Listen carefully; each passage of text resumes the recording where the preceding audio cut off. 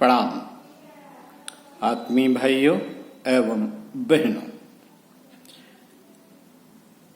पुस्तक यत्र नारयस्तु पूजयन्ते रमन्ते तत्र देवता। वाङ्मय 47, लेखक पंडित श्रीराम शर्मा आचार्य। उपरोक्त पुस्तक से पृष्ठ 65 में आम्रपाली के जीवन वृत्त को आपके सामने रखने का मन है।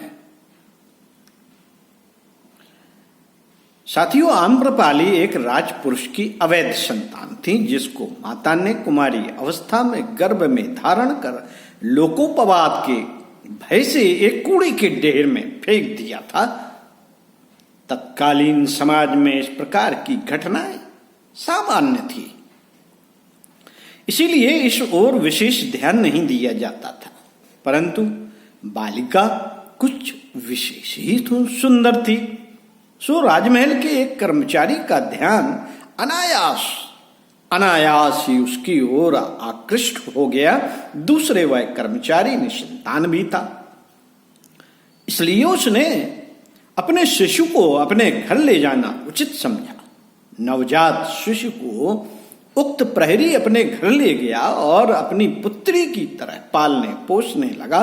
प्रहरी की प्रौढ़ा पत्नी भी इस प्रकार मातृत्व की आकांक्षा पूरी होती देख रोमांचित हो उठी और अपना समग्र वात्सल्य उस पर लुटाने लगी। कुछ समय बाद राज सेवा से निवृत्त होकर दंपत्ति अपने पैतृक गांव में जा बसे और वह कन्या भी, जो आगे आम्रपाली के नाम से विश्व विख्यात हुई। बालिका अपने अभिभावक माता पिता की देखरेख में पढ़ती रही। जन्मजात ही वह विशिष्ट राजपुरुषों की संतान के समान सुंदर थी। जब बचपन की सीमा लांघकर किशोर में पदार्पण किया तो यौवन की सहजता से उसमें अपूर्व व अनुपमेयता के साथ रूप सौंदर्य भी बढ़ने लगा। असाधारण रूप से बढ़ती जा रही किशोरी की सुंदरता को देखकर उसके अभिभावकों और को कभी यह चिंता भी होती थी कि कहीं राज नियमों के अनुसार आम्रपाली को नगर वधू न बना दिया जाए। उस समय वैशाली में यह प्रथा थी कि लड़की सुंदर और रूपवती हो, राजपुरुष चाहे तो उसे नगर वधू के रूप में घोषित कर सकते हैं। यद्यपि नगर वधू को राजसी सुख सुविधाएं और संपूर्ण विलास सामग्रियां उपलब्ध कराई जाती थी, परंतु एक प्रतिबंध ऐसा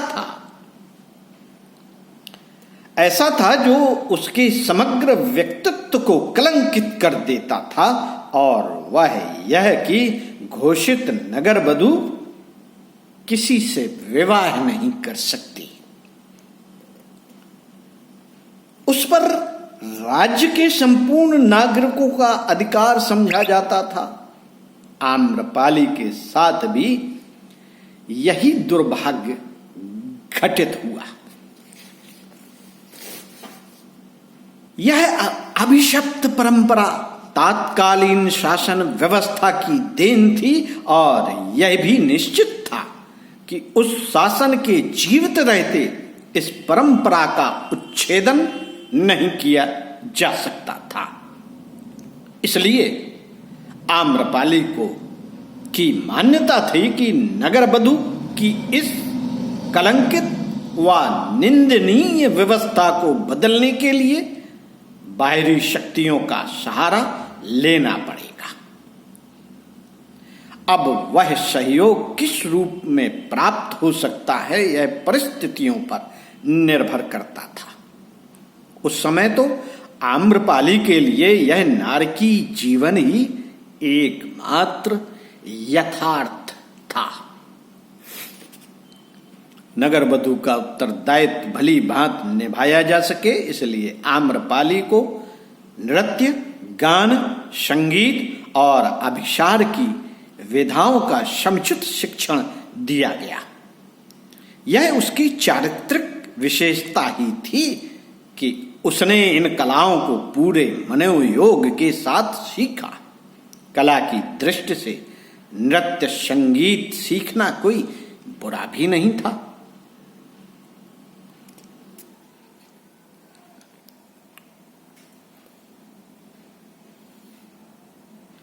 ईश्वर की आराधना समझकर कला का अभ्यास किया जाए तो कला साधना भी आनंद और कल्याण की आयोजना बनती है।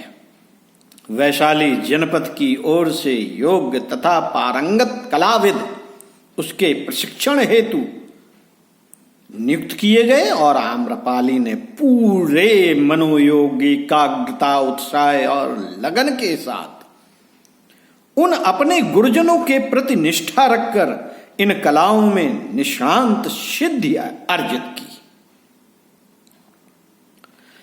साथियों, नगर वधू का सामीप्य सुख प्राप्त करने के लिए वैशाली के बड़ी बड़ी धनपति, राजपुरुष, अतिथिगण और उच्चाधिकारी आया करते थे।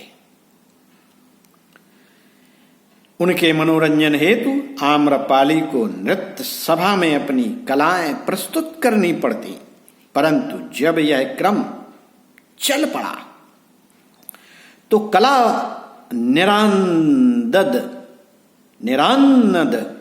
निरानंद ही सिद्ध हुई। उसमें वह आनंद नहीं आता जिसकी एक झलक शिक्षण के समय मिलने लगी थी।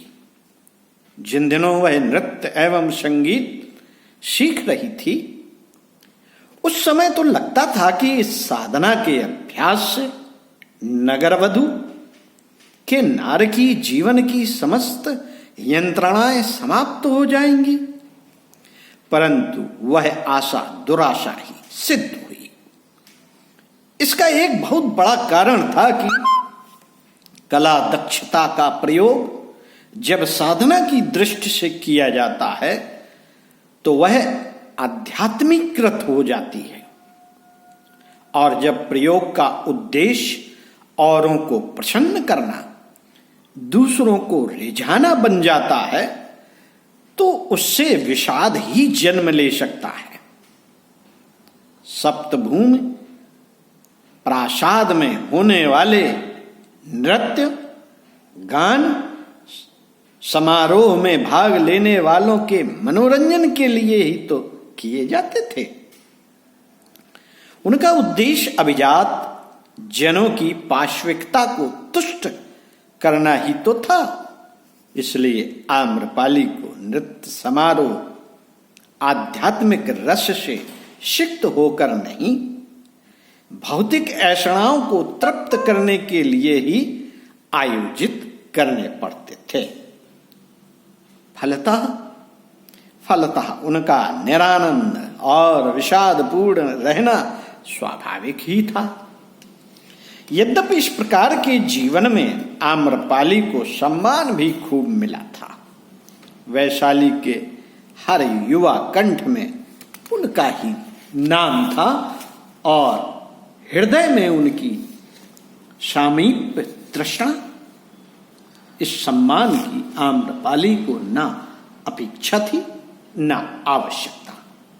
वे तो एक सामान्य नारी का सहज जीवन व्यतीत करना चाहती थी, जिसमें पति के प्रति समर्पण कर सके, अपने परिजनों के लिए कुछ त्याग कर सकें, घर परिवार के सदस्यों के साथ अभाव, कष्टों और अत्यल्प ही सही सुख साधनों का भी उपयोग कर सकें। यह एक सहज नारी की अभीप्सा थी जो अतृप्त ही रह गई थी और बार बार सालती रहती थी। दाम्पत्य प्रेम और पारिवारिक स्नेह की यह रिक्तता शरीर सौष्ठव और मनोविलास के लिए लपटती हुई लालों के रूप में मिले सम्मान, प्रतिष्ठा और प्रणय निवेदन से कहां बढ़ सकती थी।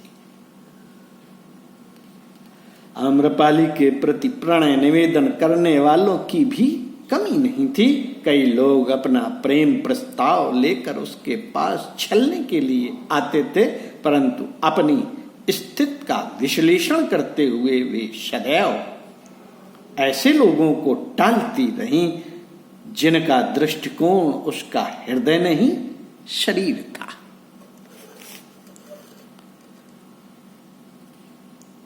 जिन्होंने आम्रपाली के हृदय पर अपनी दृष्टि गड़ाई थी, उन्हें तो निराश ही होना पड़ा, क्योंकि राज नियमों के अनुसार वे किसी एक की बनकर नहीं रह सकती थी।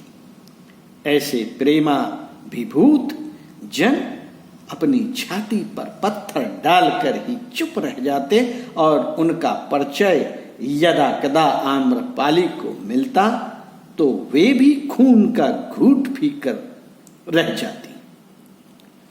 अंतस में निरंतर चलते रहने वाले इन द्वंद्वों में कभी पिसती और कभी साक्षी बनकर देखती रह जाती।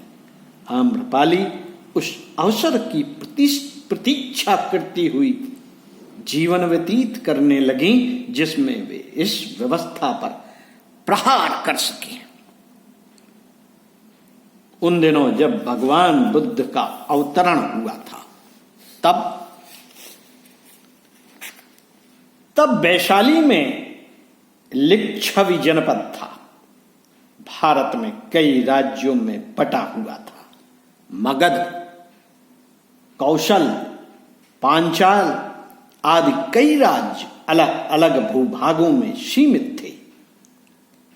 इनका शासन राजतंत्र पद्धति से होता और राज्यों के इतिहास में जैसा कि होता आया है, सीमा का विस्तार, प्रभुत्व का विस्तार और अपनी शक्ति का विस्तार करने के लिए छोटे छोटे राज्य भी अपने पड़ोसी राज्यों को लीलने के लिए लाल टपकाया करते थे। एक दूसरे के पतन पराभव के लिए तरह तरह के षड्यंत्र रचते थे। जिस समाज व्यवस्था ने आम्रपाली से एक सुगृहिणी के रूप में जीने का अवसर छीना हो, उसे समूल नष्ट करने के लिए वह जो भी कर गुजरना चाहती थी। मानवीय स्वभाव की दृष्टि से थोड़ा ही रहता। भारतीय नारी की आकांक्षा और स्वरूप से जो भी अवगत हैं वे भली भांति जानते हैं कि उस स्वरूप में स्वाभिमानी महिला अपने अस्तित्व की मूल सत्ता पर आघात होते देख नागिन सी फुमकार उठती है। आम्रपाली ने अपने जीवन का यह ध्येय ही बना लिया था कि जिस व्यवस्था ने उसे नगर वधू बनने के लिए विवश कर दिया, वह व्यवस्था मिटे, ताकि भविष्य में किसी और आत्मनिष्ठ युवती को अपना व्यक्तित्व इस प्रकार रौंदना ना पड़े। यह आकांक्षा पूरी कर पाना उन परिस्थितियों में रहते हुए बहुत कम संभव था, परंतु आम्रपाली निरंतर ऐसे अवसर की प्रतीक्षा में थी और वह अवसर भी शीघ्र आया। आगे आपको बताएंगे वह अवसर क्या था।